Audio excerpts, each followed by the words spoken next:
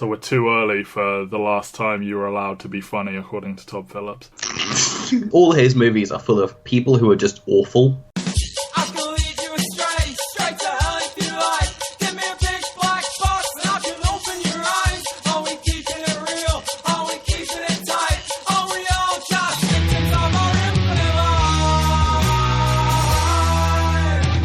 Welcome back to EnterTheRealWorld.com. This is There Will Be Movies, a podcast where we chronicle 25 of our favourite movies from a given decade. Volume 1, 2000 to 2009. If you would like to know the rules of this here podcast, why we chose certain things, why we didn't choose other things, blah, blah, blah. Episode 0 is pinned on the page for this podcast on the site. My name is Matt Waters. I am joined for episode 15 by Ben Phillips. Ben, how are you? I'm good. I'm a little bit freaked out right now. So I have just looked up Sunshine on Box Office Mojo for our... We're doing Sunshine, by the way. We're doing Sunshine, by the way, for our little bit of like its opening box office weekend in the UK. It's highlighted in yellow, which means it's in theatres somewhere in the world right now. What? Yeah, I know. What? The box office is a lie. It's still going, people. It didn't crash and bomb horrifically. It only made $32 million on... Oh, how big was the budget? 40. God, Jesus Christ. Yeah, this made about $4 million in the US box office. That is not good. It's not, is it? Chosen by me. Purely because of what a banger it was at the box office. Just how successful it was. This one was constantly on the chopping block. We had a fan vote for our final movie, but this one, more than once, it was like, I think this needs to come on, we'll cut Sunshine. And then Sunshine just kept clinging on out of like, I don't know, I feel this sort of stubbornness, and also it being, I think, the lowest rated movie we're covering. It's the lowest rated movie we're covering, but also it's a movie which I'm going to up front say this right now. I think the first 2/3 of this movie are a 10 out of 10. And then it stays that good all the way to the end, and the end credits aren't weird either. God, this movie is... Yeah, we'll get there. We'll get there very much. He wins an Oscar 1 year after this movie came out. Yeah, and he being Danny Boyle, so thank you for not pushing for Slumdog Millionaire and letting me have my dumb sci-fi movie. Oh, it's not dumb, it gets dumb. Yeah, so in this decade, he does... I mean, we've done some pretty good decades by filmmakers, but say what you want about The Beach, but The Beach, 28 Days Later, Millions, and Slumdog Millionaire and Sunshine. Like, that's a pretty good list. But it's also a bizarre list, because like I don't think he's ever done something in the same genre. Well, he did a sequel to 28 Days Later. But he didn't direct that. That was directed by someone else. Was it? Oh, okay. Yeah. He did a sequel to Trainspotting. Trainspotting is the only one that he's actually done a sequel to. So he starts off making these tiny little British indie movies like Shallow Grave, does Trainspotting, which is this massive, massive hit, and then he kind of does 2 flops in a row with Life Less Ordinary and The Beach, pisses off his frequent collaborator Ewan McGregor by doing The Beach with Leonardo DiCaprio. Hell yeah. And then Come on, who among us wouldn't pick Leo over Ewan McGregor if it was a choice and they were both available? Depends on what the role is. Obi-Wan Kenobi by Leonardo DiCaprio. Ben Fox now. Sorry. But then he follows up with 28 Days Later, which is like one of the definitive 21st century zombie movies. Yep. Millions, which is this bizarre but lovely, sweet kind of like British comedy about a kid who finds... Nice. It's nice. It's nice. Sunshine, which is this gorgeous movie with like so many stars of tomorrow and like up-and-coming people in it that's kind of a little bit insane to look back on. Mm-hmm. Oscar-winning movie set in India are based around Who Wants to Be a Millionaire. Yeah. Starring one of the stars of Skins. I will say, like, I'm not going to come out and be like, fuck Slumdog, I want Sunshine. I do really like Slumdog Millionaire. Slumdog's really good. Yeah. And then 127 Hours, which is... Yeah. What if we trap James Franco under a rock for 90 minutes? Mm-hmm. Trance, which I've not actually seen. It's good. It's good. Steve Jobs, great, which I'm sure is your favourite movie that he's ever done. Steve Jobs is a great play that they've pointed cameras at by accident. Finally making up with Ewan McGregor to do Trainspotting, too. Uh-huh. The movie where the Beatles disappear. Oh, yeah. Oh, God, is that him? That's him. And then to cap it all off, he almost does a Bond movie. Oh, Danny. Oh, yeah. And somewhere in there, he is the creative director of the Olympics in 2012. That's true. A hell of an Olympic opening ceremony. I'll give it and directed episodes of TV for both Babylon and Trust. He is the British Steven Soderbergh. He's the British Steven Soderbergh. Either British Steven Soderbergh or he's the British Ron Howard. Yeah, take every project. Yeah, exactly. Like, there's no. I mean, like Danny Boyle. There are a couple of things I'd say that are like kind of like Danny Boyle, but he just covered so many genres across his entire career. Yeah, and he covered several of them with the writer of this movie, Alex Garland, who is someone I hold in quite high esteem for no real rational reason. But he wrote, obviously, The Beach as a novel, and he also wrote 28 Days Later, Never Let Me Go, Dread, and then he got into directing by doing Ex Machina and Annihilation. He also wrote 2 video games I quite like in terms of their story, Enslaved and DMC. The best Devil May Cry. That's not for this audience, so you can't enter me for a debate there. Yeah, so they've collaborated quite a lot. Is this their final? Oh, they both produced 28 Weeks Later, I think. Yeah, that makes sense. In terms of directing and writing together, I think this is the last one they did. So, released in a little year called 2007. April in the UK, July in the US. Now, we're going to be visiting this year a large number of times, Benjamin, so you're going to break up some of your yearly breakdowns amongst these. So, given how much, just a colossal amount of money this movie made, I think it's only appropriate you talk about the highest grossing movies of 2007. Yeah, so, I mean, as we've been chatting through this, we've kind of been like noting when movies become more like how they are nowadays, and this is getting pretty close to kind of modern day standards. So number 1 at the box office worldwide in 2007, we have Pirates of the Caribbean at World's End. Makes sense. Sexy pirates, baby. And we have Harry Potter and the Order of the Phoenix. Best book. So you keep saying. Best book, not the best movie. Spider-Man 3, not the best Spider-Man movie. No.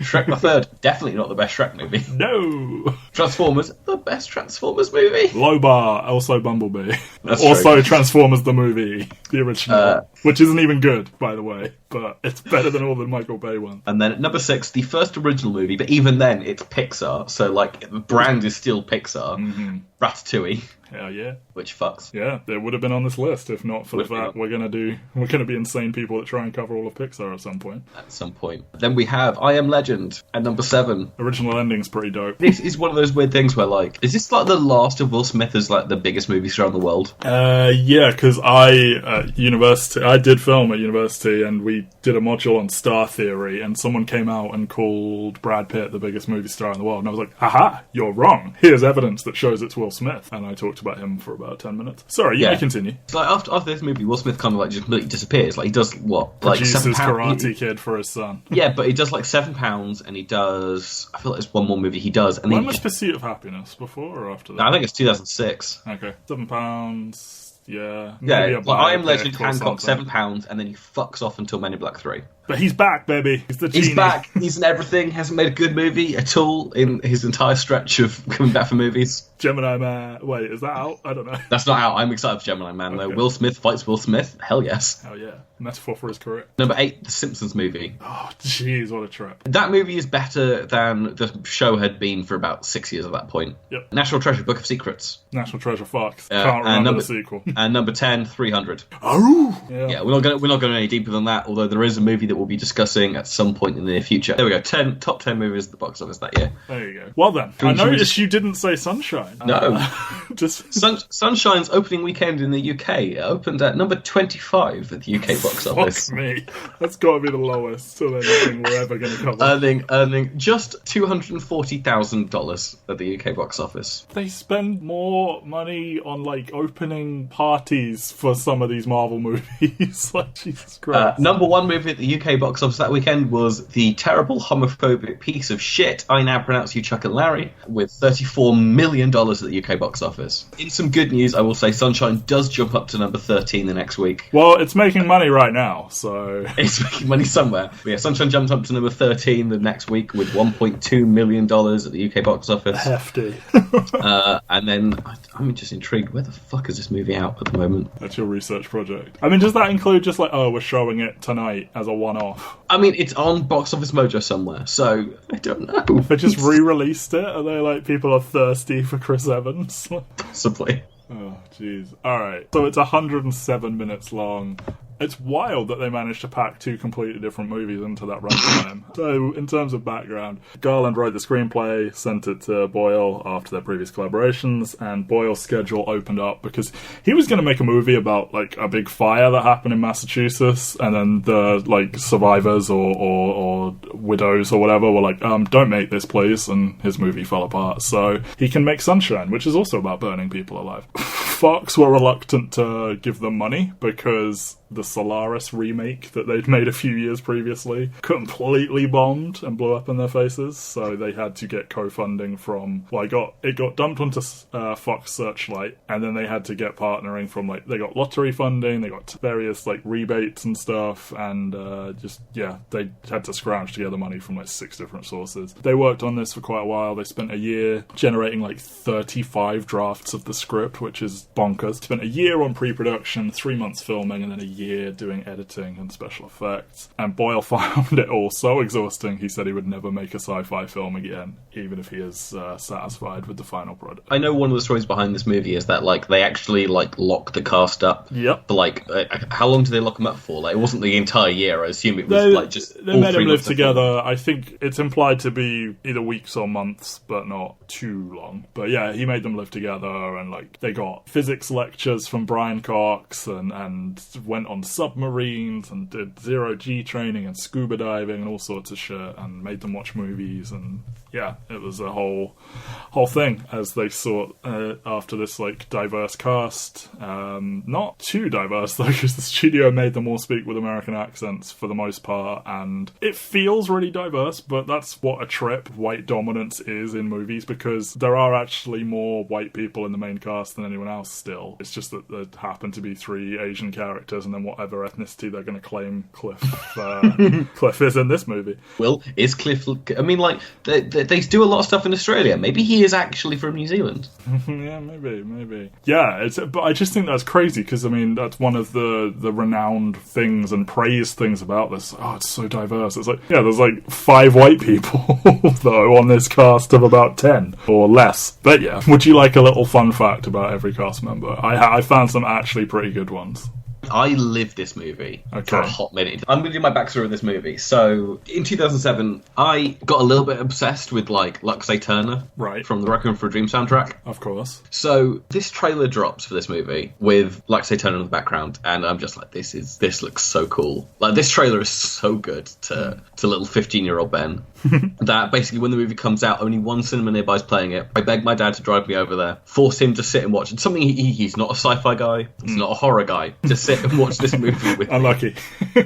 To sit and watch this movie with me. He looks so bewildered, and I'm just, like, completely bowled away by it. And, like, I get the movie on DVD the moment it comes out on DVD. I'm actively annoyed that the soundtrack is held up in legals for, like, a year and a half. Yeah, that was a weird one. And like, some of the soundtrack to this movie is phenomenal. Yep, most parts of this movie are phenomenal.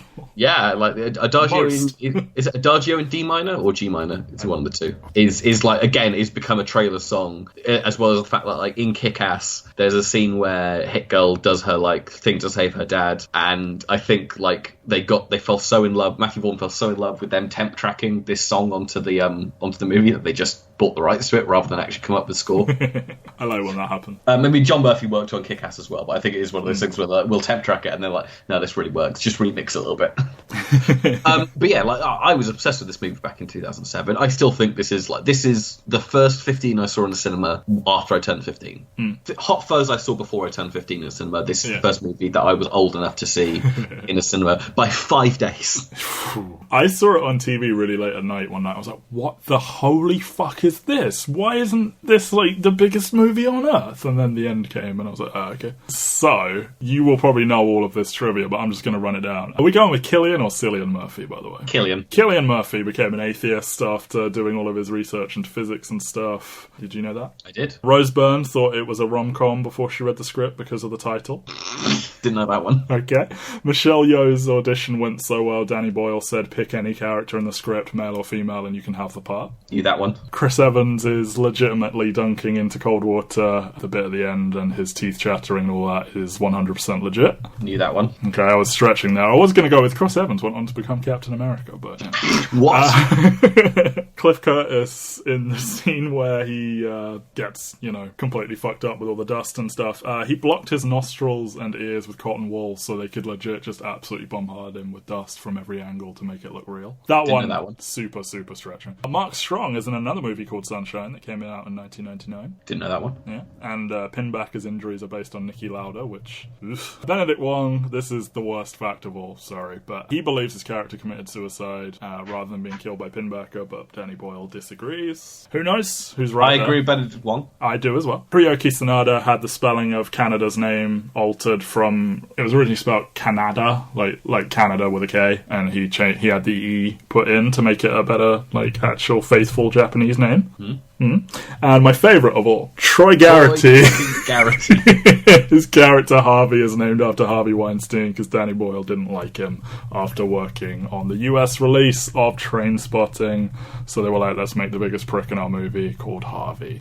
Ahead of their time by years there. The only thing I know Troy Garrity from after this movie is fucking Ballers, where he plays the lawyer or agent for The Rock. Okay. He's also a shit in that movie. And he's also I think he's quite good in this, so I'm surprised he isn't more prominent. I'm not saying he's a star, but I thought, this guy could land TV roles, probably. Anyway, let's get into it. So, Cillian Murphy gives us our premise via narration at the beginning. It's 50 years in the future, the sun is going out, as it were, so they deployed a ship called the Icarus, which is supposed to detonate a massive bomb inside of the sun to reignite it, and I think it's been 8 years since they failed, so they've launched the Icarus 2, or it's been less time than that, but yeah. And that is the ship, which our lovely cast are aboard. I know you get a lot of flack when it's voiceover explaining the plot of the movie, blah, blah, blah, blah. It's so lazy, show, don't tell us, and stuff like this. But this movie just basically goes right, here's the premise, that's all you need to know, we're off now. Yep. And I so appreciate that, because it could have been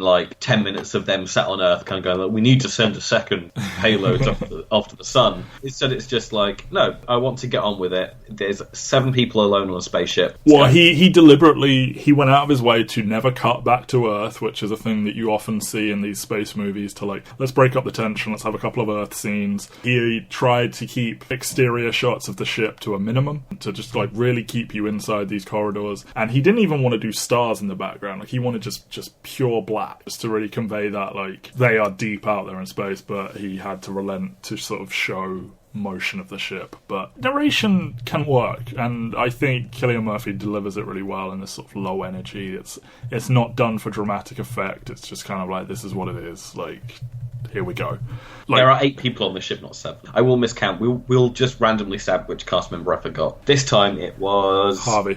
Yes, every time it's Harvey. It will always be Harvey. So our first character we actually see is Searle, played by Cliff, who is just sitting there in the observation room, cranking up the intensity. They've got this really good solar shielding, because obviously they're going near the sun, and he's thinking he's drinking it all in. It's this is so intense, and it's you're at 2%. And he wants to go up to 4, and it's no, you will die. So he can go to 3.1 for a few seconds. And it's 3.1 for 30 seconds without having permanent retinal damage. Yeah, and he's wearing goggles or sunglasses or whatever. So and that's the first thing this movie does so well, is it basically just kind of goes people are going to think well, the sun, that's that thing in the sky that just kind of makes me feel warm sometimes. And this movie's just right, let's show them how fucking powerful the sun can be. Yeah. So when he goes up to 3.1%, it's the brightest thing you've ever seen in your entire life on a screen. Yeah, and it physically hits him, and then he takes this back to the crew, and he's talking to them about these solar baths he has, and how it's such a spiritual experience and everything. And this, I mean, obviously the fascination with looking at the sun that he has will become an ongoing thing, and throughout the movie, and also it gets us in amongst the crew where this movie is really shining brightest. Yeah. And it did the whole premise of it being people have solitary baths in the dark, and darkness is the absence of something, whereas sunlight is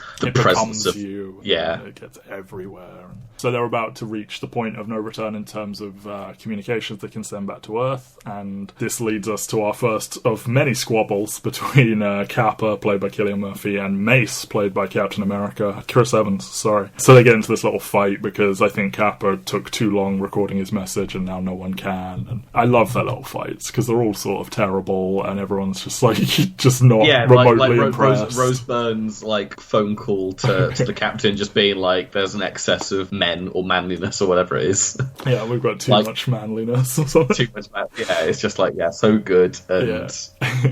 And and Searle gives him 2 hours in the Earth Room, which is this advanced holographic chamber, and it's like really like when he's like reaching out to try and touch the waves, and then you see on the other side you can like see his hand almost, I think it is touching the side. It's just really well done, and like this movie is fucking beautiful. Yeah, this movie is gorgeous. It cost $40 million to make, but like everything, most of it's like practical effects and stuff, or like not practical effects, but like they built the set. It feels lived in. It feels really good. I don't know whether or not it's models or CGI for the actual spaceship, but like pretty much the only special effect they need to have every so often is like just show off some bright lights, really. Yeah, I think they said the sun was the most difficult thing, and it was like, I think at the time it was the most complex visual effect ever done in the UK or something like that. People that like took until Captain America or realistically the Avengers onwards to be like, hey, Chris Evans is really good, fucking sleeping on him because he is so good in this movie, and like they hit gold with these two as a pairing with Cillian Murphy and Chris Evans, because him coming to him to apologise afterwards and be like squabbling about who gets to apologise, and he's like, no, I'm the one apologising, and then they're just like looking at the floor for a second, you're like, was that the apology? Yeah, and then he just walks off. Yeah, I think the thing with Chris Evans is I don't think this is the first time I saw him used well, because I hadn't seen Not Another Teen Movie at this point, which he's it is what it is, but like he is like wearing all the hats and like leading that movie, and it's like, yeah, well done, you are young to do this. Yeah, and he is Fantastic Four. He's the best of the four of them, really, easily. Yeah, but then after this, he doesn't really get much of a chance to kind of do anything interesting, like until Scott Pilgrim. I mean, I've not seen The Losers, but I bet he's good in it. I bet if we dig out all these Chris Evans movies no one's seen, he's good in every single one of them. Yeah, that's the thing. Is like when he gets Captain America, it's like, oh, it's Fantastic Four, and the thing is, in the back of my mind, I was like, oh no, I really liked him in Sunshine. That's kind of like what I went to as being like my trust for him, because he threads the needle of being a bit militant and also like, a little bit like impulsive. He's supposed to be the guy who's kind of like holding up what the plot of the movie is, and you're supposed to kind of dislike him for it, but he's right. The movie makes a point of like he's correct. Like every single thing he says is the right move that they should do. If they just listen to every single one of his opinion, well, maybe not every one of his opinions, but like every time he asserts what they should do, if they'd done that, they'd probably have all, maybe not all of them, but most of them would have survived. Like I mean, like step one, the mission is this, we don't do this, and then but this is the person that should do this, and this is the person that shouldn't do this, and this is what's important, and he's so good, and him, they foreshadow the heck out of it. He drops his spanner, his wrench for you guys, into the water that is like icy cold, and like he puts his hand in it for like a second and it's like burning and stuff, and it's like, right, well, that'll come back. You also see at this point, I think they do a good job of like identifying kind of what they're all, I don't want to say they all have a flaw, but they all have some kind of psychological thing going on. And you see Captain Canada, he is obsessed with the fate of the Icarus One. Like when they talk about it, or Michelle Yeoh is very like, oh, you're thinking about them or whatever. And you see him watching video logs of Captain Pinbacker, Mark Strong, who was the captain of the Icarus One. Just seeing him like lying awake, like watching these, and then like he tries out the sun bath, which in itself seems like a crazy thing, and it's like, wow, you're not quite right. So it's like, you can kind of see the psyche of the captain is not, I'm not saying he's like on the verge of a breakdown, but it's like, we are identifying the sort of weaknesses or the things that will be tugged at for each character. Yeah, like the 8 characters in this movie, they do so well to sketch them as quickly as they do. Like obviously there are a few actors in this movie that don't get as much to do with other people. Like at the end of the day, Cillian Murphy, Chris Evans are the two most sketched. Yep. Out of anyone, and then obviously like there's a couple of characters who get to go on the missions and whatnot who get a little bit more shading. Oh god, when they literally leave the women behind, it's like, oh my god. And the women, the girls are both like doing a lot with nothing, almost, or not nothing, but little. Yeah, I mean, like we'll get to their role in the plot of it, and I think Rose Byrne does a hell of a lot with like her one big kind of emotional crux scene. But yeah, like very much they are not part of the action. They don't get a lot to do.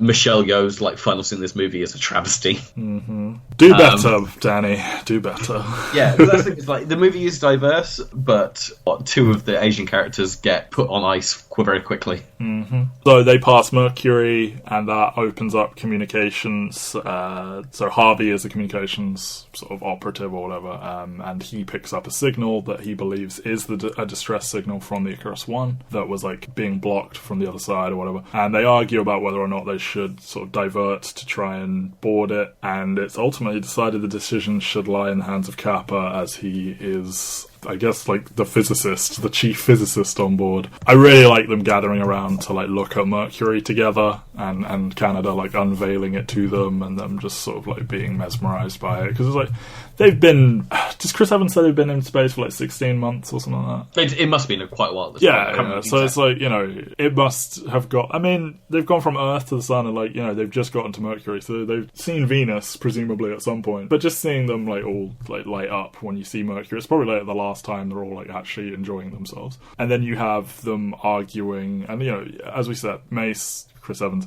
is the first to say, like, no, we're not diverting, we are going to carry out the mission. And then you have Searle's argument that it would give them two chances, because this is all, as in all of these movies, purely based on, like, theoretical physics and stuff, and, like, in theory, this bomb will do this, in theory, the bomb will work this way. And he's saying, if we get aboard the Icarus One, we've got two ships, we've got two chances, which is a sound argument. But then he also, I really like the touch when he insists, we're not voting, we're scientists, we're going to make the best decision with the data that we have, or whatever. That it leads to Kappa being the one to have to choose. And Alex Garland said that he really liked the idea of the fate of the world resting in one man's hands, and then like exploring the psychological effect that would have. Because it's like, yeah, that is ostensibly a chosen one story, but it's like a different version of that, or like focusing on a different aspect of it. Yeah, it's interesting because obviously Cillian Murphy has he's got the most expositional role in the entire movie, really, because he does the opening narration, and like we literally walk into him kind of doing the science projection of being like, once you hit this point, you can't mathematically project whether or not it will work, and so it's like it could fail, and this entire mission's been pointless. And so obviously he does make the decision to kind of go like, no, we're going to go pick up this second atom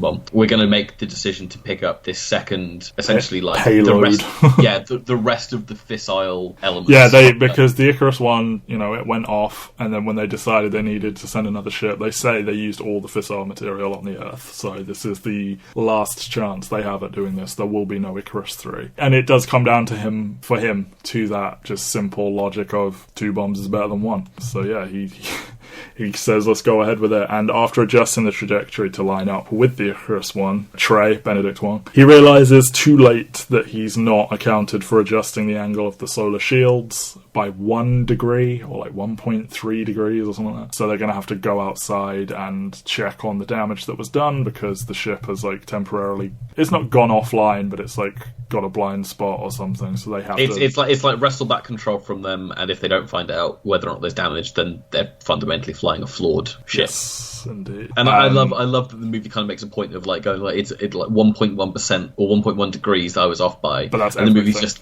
and it's everything, and the movie makes a big point of going like, this could have fucked them. That amount of difference could have caused the entire ship to just explode. Yeah, 1% more of the solar shields when Searle is doing his solar bath. 1 degree of adjusting the shield. They're like, yeah, they don't want it to be big and sexy. They want it to be scientific. And many scientists have criticised this movie, but Brian Cox comes to its defence, so that's good enough for me.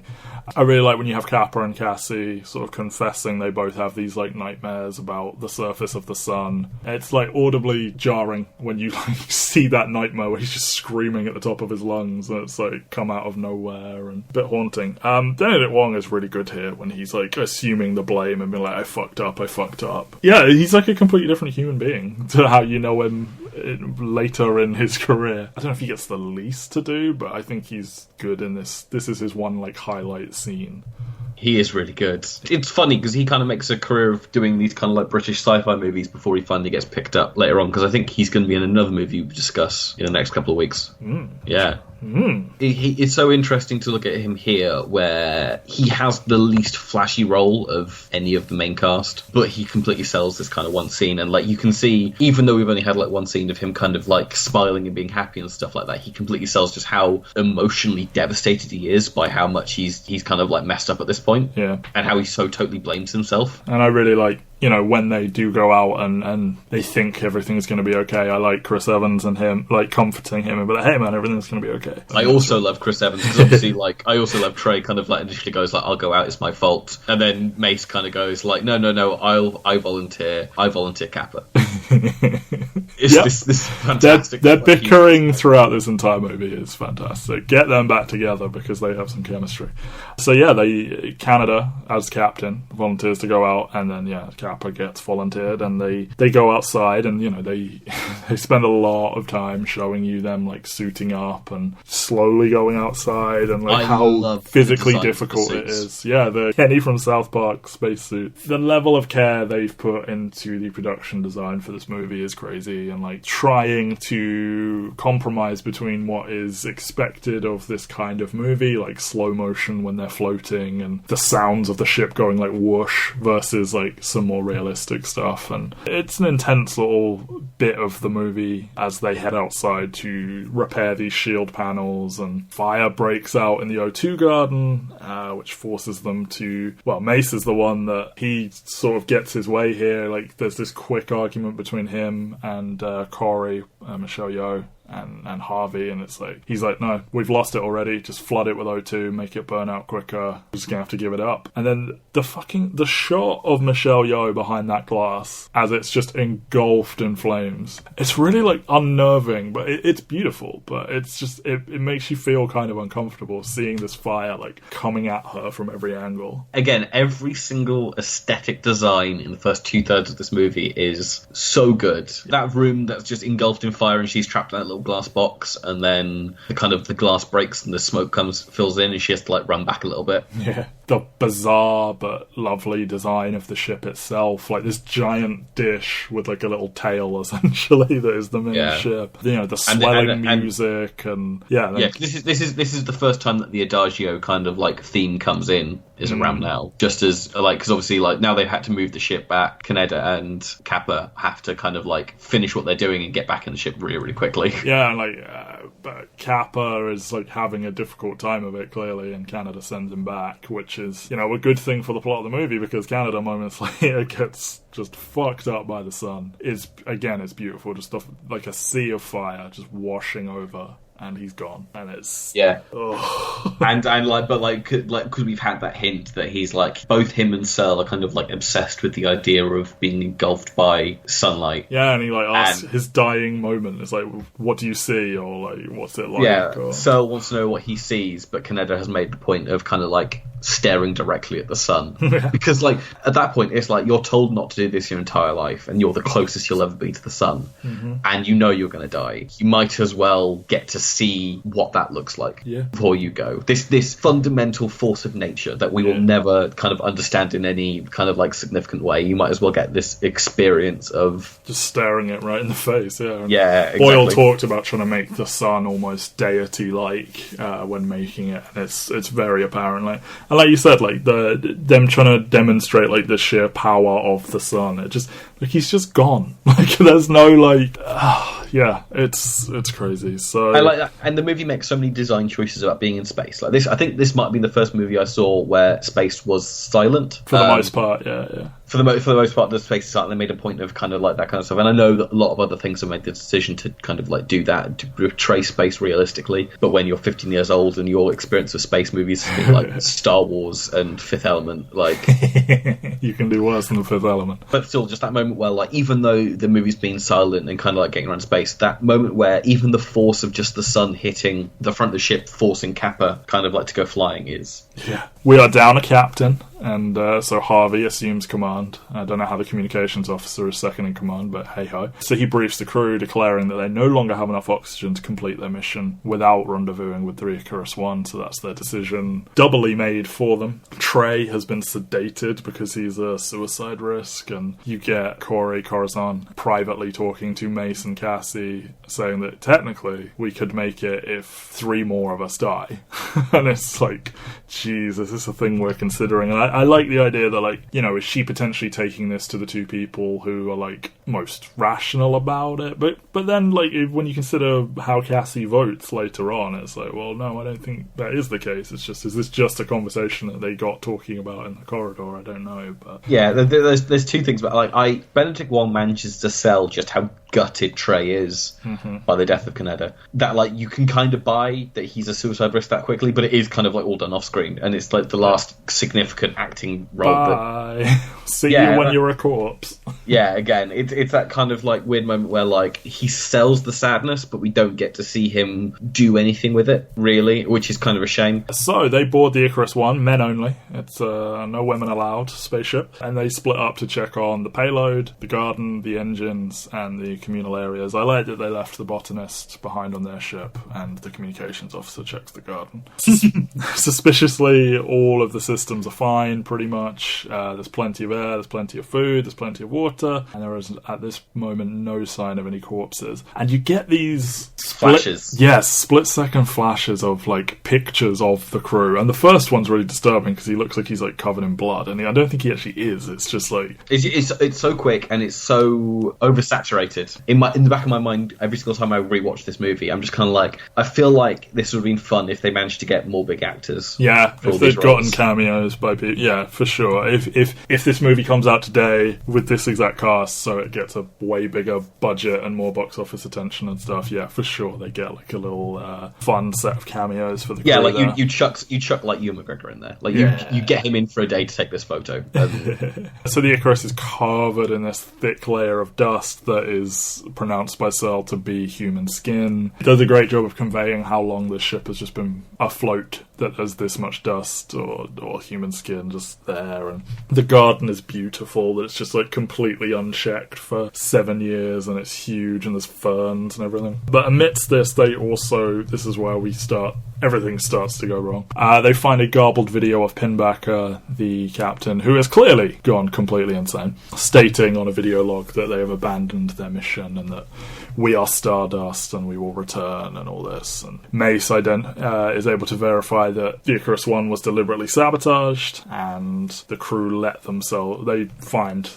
eventually find the bodies. The crew let themselves die, and they are sitting on the bench in their observation room. And the sort of corpses we see here it's very clear from looking at them, inspired by Pompeii, with the sort of preservation and all that. And it's like, yeah, things are about to take a turn, but for now we get to stay in the realm of, like, realistic sci-fi, because the two ships detach from each other, and we get this intense scene where they are forced to launch themselves out of the airlock back into their own ship with only one suit between them, and Searle has to stay behind and operate the door, and Harvey misses the target and drifts off and then shatters, which is super fucked up.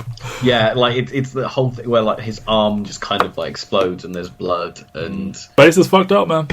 Like, that's my other favorite in this movie. Is this movie plays with temperature so damn well, because not only do multiple people burn alive, but multiple people freeze to death, because it's like, this is the fundamental dichotomy of space, where space is freezing. It's so cold, and yet the hottest thing in the universe happens frequently. Yes. You get more of these just great scenes, like Mace just immediately being like, right, well, Kappa gets the suit, because he's the payload specialist, so he's the most important person on the crew. And Harvey, being the dickhead that he is like, I'm not expendable, I should get the suit. And it's just so... I'm the captain. And it's like, no, but you're a communications officer. That's your role to the ship. And we're in a dark zone.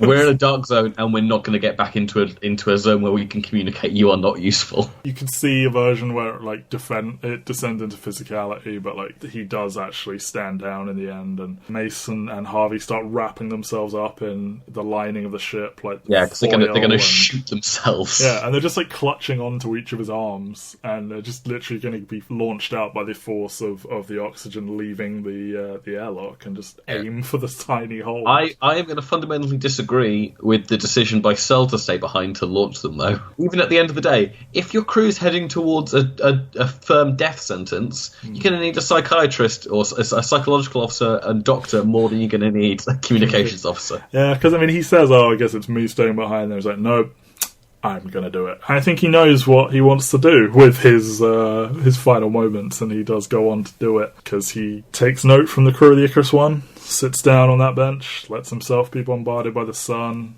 and, it hits him so hard and so fast, and then, we cut away from it pretty quick. And the heartbreaking message from Cassie of, we're leaving now, Sel, we love you, and, he doesn't talk back, and it's not clear if he can even hear them, or if we're just hearing it and he can't, and it's fucked up, man.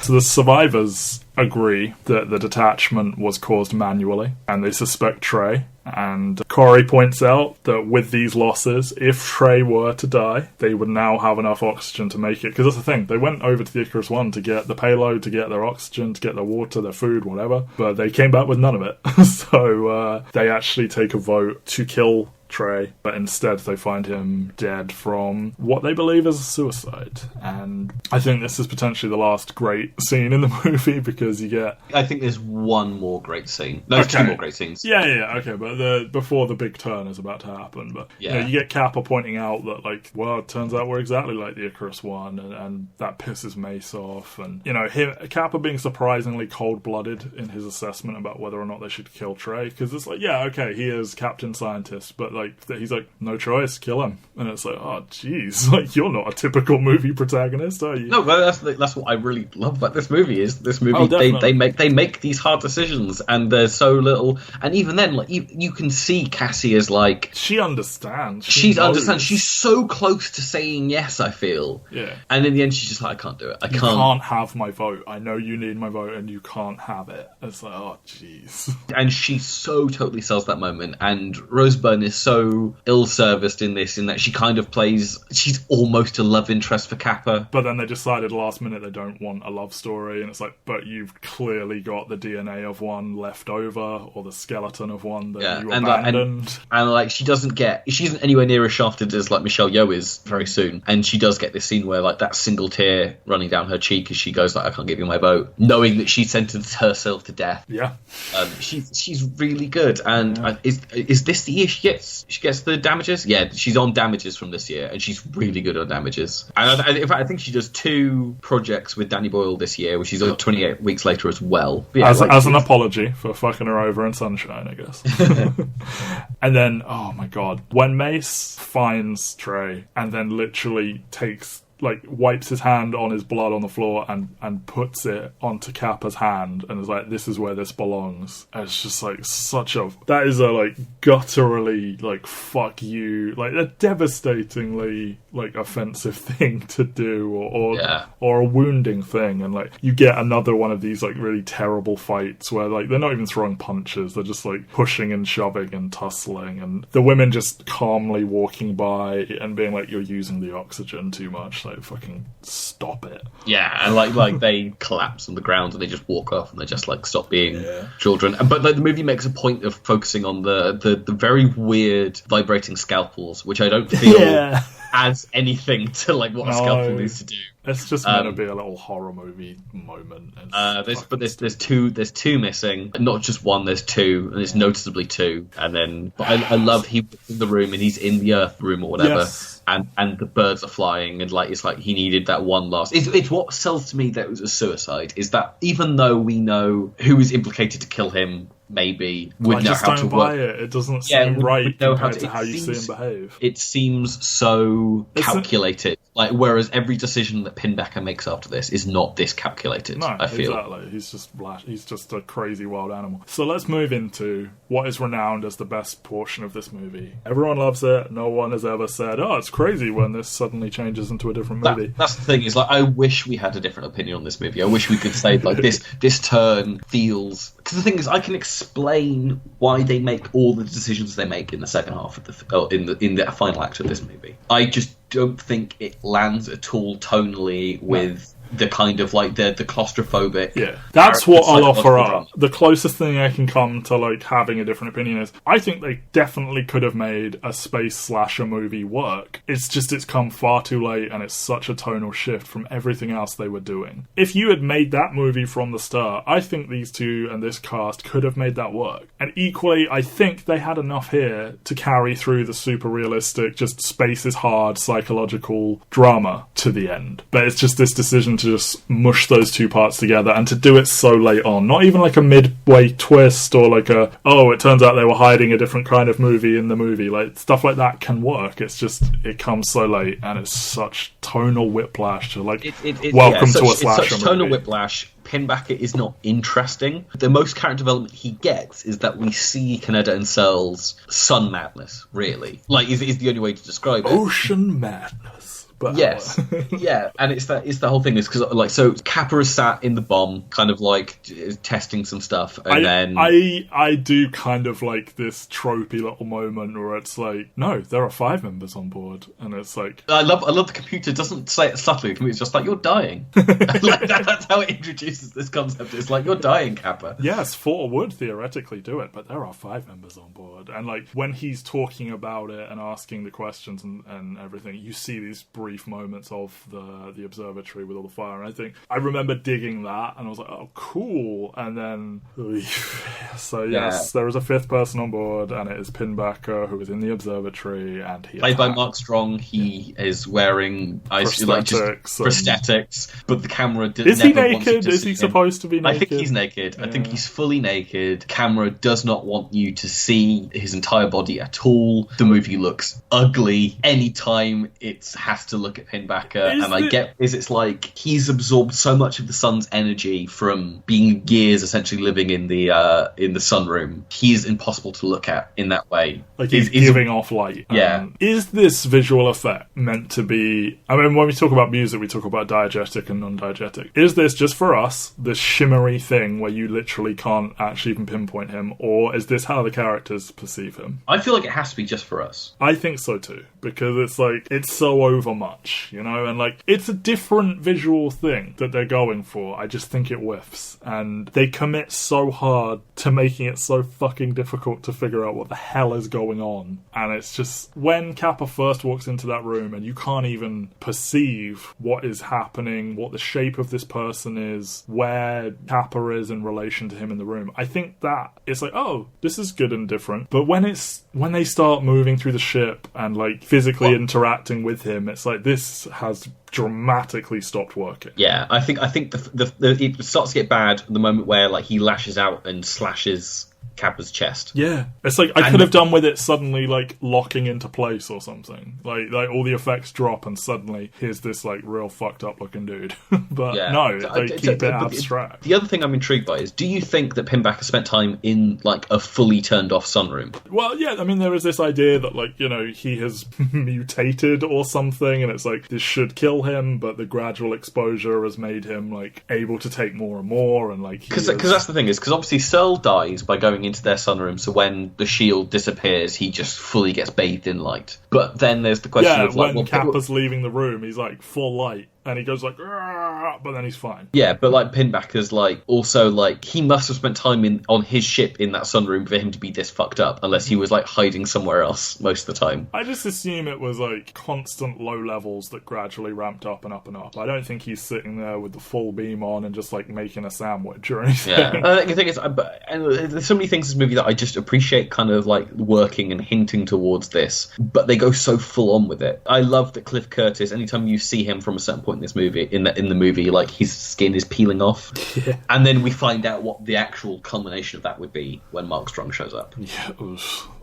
So Pinbacker gets to work sabotaging the ship. He removes the Icarus 2 computers from their coolant tanks, and it's like they are so powerful that they need to be constantly submerged in ice cold water, otherwise they just overclock and melt. He murders Gory. And Mace dies restoring the computers. So Corey's dying moments coming, she finds this like lone sprout or shoot. Nice, good moment. I do enjoy that. Sitting there just like in disbelief, and then Pinbacker just walking up behind the Asian woman and just stabbing her. It's like, yep, fuck you, bite. And she dies holding the little green thing. Or she's like in this weird little pose where she's kneeling and holding it, and it's like, yeah, bye, Michelle, yo. Surprisingly similar to another movie I saw this year where Andre Benjamin just gives up and buries himself. Oh, good. Wonderful stuff. Let's treat minorities this way. Kappa having... It's a weird movie. Rob Pattinson jerks off. Oh, good. What the hell was this movie? Oh, that one. High Life. Yeah, that one. Okay. Kappa having to talk to Mace through the microphone in one of the suits I thought was a good touch. It's not just this magical like communication system where you can talk anywhere. And then Mace lowering himself into that icy water, and not just once but twice, like...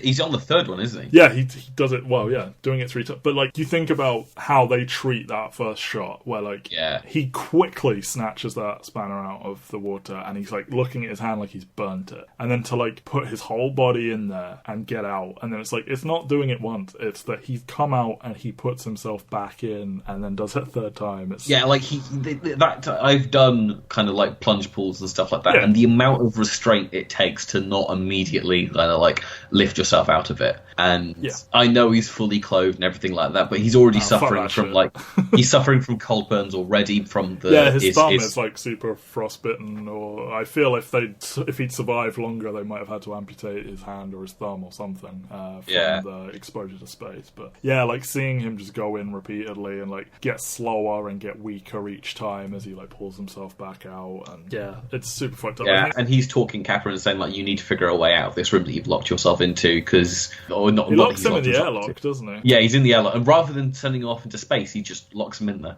Yeah, exactly. It's like, yeah, you're fucked. Bye. Mace was originally scripted to it just gets so cold that he just can't get out of the water and he just dies, or something like that. And Danny Boyle like fell so in love with how Evans had portrayed Mace throughout that he was like, I think it would take more than that. So they come up with this conceit of like the mainframe like lowers and traps his leg, and it's not done in an overly graphic way. It's just the visual is really haunting, Yeah, you see his leg get caught, it cuts away, and then it cuts back, and like there's just the you just can't see it through the blood. It's just this cloud of blood, and it's like, we're not going to show you his leg, but like that implication is so powerful, and like seeing him, and it's like, does he die from blood loss? Does he die from the cold of just not being able to get himself fully out? Like we don't know. It's just it's a super fucked up situation. You see him like still talking to Kappa while he's dying and stuff, and goodbye Chris Evans. Like, he just freezes to death. And Kappa has to make the decision to like, I need to get out of this. I need to blow the airlock. He doesn't know where Cassie is at this point, because Cassie's run off and jumped into Cassie's the bomb. Having a lovely little chase scene with fucking Pinbacker that is just garbage. Like the worst of the Pinbacker stuff, I think, when you can't see what's even happening, and like Danny Boyle said, like they struggled with like traditionally you convey terror with darkness, and this is a character that is like made of light almost, and it's like, I see you struggled with that, and I don't think you found a solution.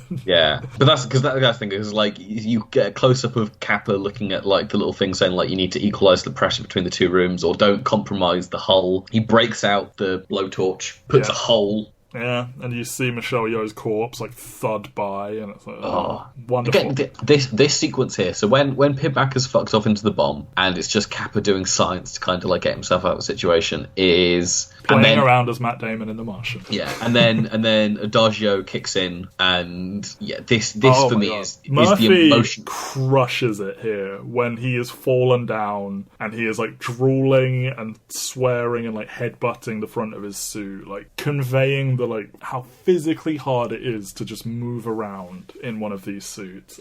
He is so good here. Like he's really good throughout. It's just I feel he's kind of understated until the end here, and like Evans is such a like charisma dynamo that he is like both Murphys kill it here, because again like this whole sequence of him like walking through the ship, and then you get to he passes by where Mace is, doesn't he, on his way over there? Yeah, because he has to fuck around with the computer to like make the payload detach, and he's got got like 4 minutes to get there or something. He's got 4 minutes to get there, he falls over and it's a ticking clock, and we know how heavy these suits are because they're designed for space travel, not for... And then he jumps. It's just the kind of thing you don't normally see in it. Like, you see these people just like, you know, they plod a bit, but like their range of movement is so different to how I presume it would actually be, and it is refreshing to see this, where just even the act of standing up is such a physical strain for him, and he really conveys the hell out of it. This is like just one of the hardest, possibly the physically hardest thing he's done in his life, is forcing himself back up to his feet here. And and then he makes the jump it happens. into the payload. The jump is so fucking phenomenal. Yeah. I adore everything about how tense this scene is. It tenses me every time I see it. Like, it's so well done. You could have done all of this without Pinbacker, man. I know. It's just so frustrating that there's like, I'm sure you could figure out a way to have the spaceships detach and have someone get locked in the air vent or in the... just space is hard. Stuff goes wrong. Like, they didn't plan for this. Like, you could even have kept the stuff with Pinbacker going crazy. It's just he's not still alive. He just went insane. He burnt his crew alive because of sun madness or whatever. Yeah, exactly. And then just have that as like an existential crisis, like hanging over them, of like, you know, like the religious aspect. Like, Garland really wanted to go huge on the religion stuff, and Boyle was like less comfortable with it because he wanted it to like, he thought it wouldn't find an audience, so he made him trim it back. But I don't know which one of them Pinbacker is coming from. I suspect it's probably Alex, but it's frustrating because this feels like it was a decision that was made to appeal to a more mainstream audience. Like, they're expecting, we need a movie monster. Yeah, we're going to make this a 15, and we're going to advertise it as being kind of a little bit scary sci-fi movie, kind of like sort of what Life was a couple of years ago. Except they don't introduce the villain quick enough. The trailers don't advertise it as being this kind of thing at all. Instead, it's just kind of like survival in space. Pinbacker's nowhere in the trailer, is he? No, and so they kind of like pivot in this way. And then you look at Alex Garland's career kind of after this movie, and it's stuff like Dread, and it's stuff like Annihilation. Annihilation has one of the most batshit insane, visually gorgeous Act 3s in a movie I've ever seen. I still haven't seen it, and I do really want to. It's not my favourite of his movies, but no. to not just kind of go like, yeah, no, that Act 3's like, what the fuck were they doing there? That's insane. I think it improves massively over the book. It's not a movie we're going to discuss even in Volume 2, but I just have to applaud that it's so anti-mainstream in what it does that it makes me think that like maybe the decision to make this more of a traditional slasher movie might have come from Boyle. I mean, he was definitely pushing that way. Like, he was of the mind of like, we have to make this find an audience, and it's like, yeah, I mean, maybe it's like, hey, I'm known for the zombies recently, so... Yeah, and it just makes it more frustrating, because this movie does not hit its audience. No. And you kind of wonder, like, this movie... Why did you do this? Like, just double down, make the artsiest fucking thing that no one wants to watch in the world. Why even shove this in if no one's going to watch it anyway? Like, yeah, because at the end of the day, this movie has lost some of it. I feel like this movie does have its fans. Like, there's a lot of people I know out there who are like, this movie's really good. And there are a lot of people whose taste I agree with, that Sunshine is fantastic. But there is always the caveat where it's like, but the slash stuff is kind of like a little bit compromised. And it feels like this movie could have become a absolute proper cult classic that people pass around and say like, have you seen this thing? This is phenomenal. Except it does always come with caveat and being like, it does kind of fall apart. They were so close. They were right there, and they just... Again, I think 2/3 of this movie are like a 10 out of 10 space movie. This is like, it aesthetically, acting-wise, musically, everything meshes together. It's just this one bizarre decision to... And there's even these good moments in amongst this final bit where it descends into madness. Like, it's not like they've completely gone off the rails, and it's just like every time you cut back from the jump to, and here's Pinbacker just being crazy. It's like, it just hurts even more. I will say, the part of me that likes this kind of dialogue really loves the line, for 7 years I spoke with God, but I acknowledge how fucking stupid Pinbacker is in general. I just quite like that line. No, it's good. I think like it gets across the themes really well. It's just such a weird end for him as well, because like he's like dangling him over the edge or whatever. Right, so so obviously this whole sequence is they are flying right into the core of the sun at this point. The main ship has blown up, and they are just in the payload flying directly at the sun. So they're falling into like intense gravity. The ship is kind of, or the payload is, isn't it? The payload is flipping all over the place. The movie keeps doing these like pause, freeze frames and stuff like that, and I think they're going for the idea that like time is like fucking up. Well, they certainly go for that at the end. Yeah, like time is messing up, and like like they freeze and then they roll, and gravity's messing up as well because they can both stand on two sides of the cube and kind of both be looking at each other. But because of the visual confusion that Pingbacker brings, yes, they don't manage to nail kind of like whether or not Pingbacker is causing this visual confusion, or if this is a new element they're introducing as they're falling into the sun. And I think it does compromise it, because they're going for these two aesthetically kind of conflicted visual styles that are stacked on top of each other, whereas we should only be kind of going for one. We should either be going for time and space are confusing, or we should be going for we can't look at Pingbacker because he's too whatever. Yeah, and again, you can just slice him right out of this and you could have achieved the same things. His arm skin does fall off. Yeah, he like peels his arm skin back to make him drop him, and like I don't know what happens with Cassie, like how she ends up tumbling and like he barely stops her from falling. It's like, and they just leave Pingbacker up there, and it's like, does he die? Is he just, well, they all die, but like, that's the thing, it's like everyone obviously dies because they are in the middle of the sun. Yeah, but it's like, if you're gonna do this zombie slasher thing, at least give us a satisfying, like, gruesome death of the monster type thing. Like, have him fall into an explosion or I don't know, but it's just like, oh, by then. Yeah. Or have him, like, confronted with the sun and be like, you're back, and then just get roasted or something. Yeah, but then we go into the centre of the payload, and we what get happens one of the with most, Cassie? He leaves her, I don't know. She's like, yep, go finish it. Yeah. Bye, and then I'm done. And then we get one of the most visually stunning scenes in the movie. Oh, it's beautiful. When he activates the bomb and, like, you get the electricity all around the walls, and then you get, like, the wall of fire that stops in front of him, and the wall of atoms that have stopped behind him, and him reaching out to... Yeah, this implication... He said earlier that, like, time and space and all these things will, like, mash together, and it'll be impossible to figure out what will happen, and it's like, is this a thing he's perceiving in, like, the last flashes of his life? Probably not, because this would happen so quickly he wouldn't be able to perceive it, but it's like, or is legit time stuff happening where he is reaching out and just experiencing fundamental aspects of the universe we'll never understand? And, like, you know, as a physicist, like, would this not just bring him immense joy as a final moment? And, like, imagine you take out all the Pingbacker stuff, you have some slightly different variations on these final scenes, and it leads to this, like, existential moment for this guy, and it's like,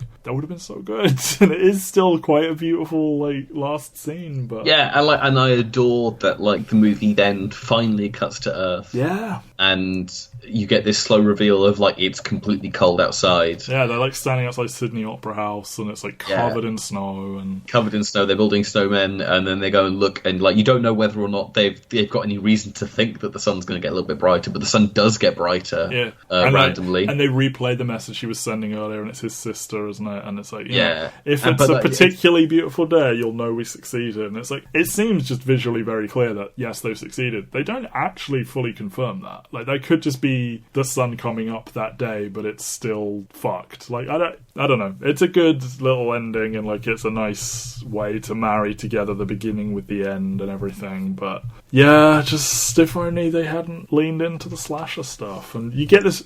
The end credits are weird, man. They play, like, a montage of everything that happened over the credits while this music plays. It's like... It's really aggressive. Is it Underworld, or is it I'm Clute that starts off the closing credits?